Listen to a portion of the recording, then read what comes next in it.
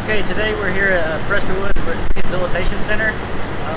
We had a couple days ago, we had a compressor failure on this 12.5-ton unit.